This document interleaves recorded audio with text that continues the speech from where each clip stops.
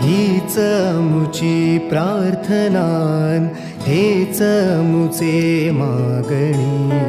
हीच मुची प्रार्थनान हेच मुचे मागणी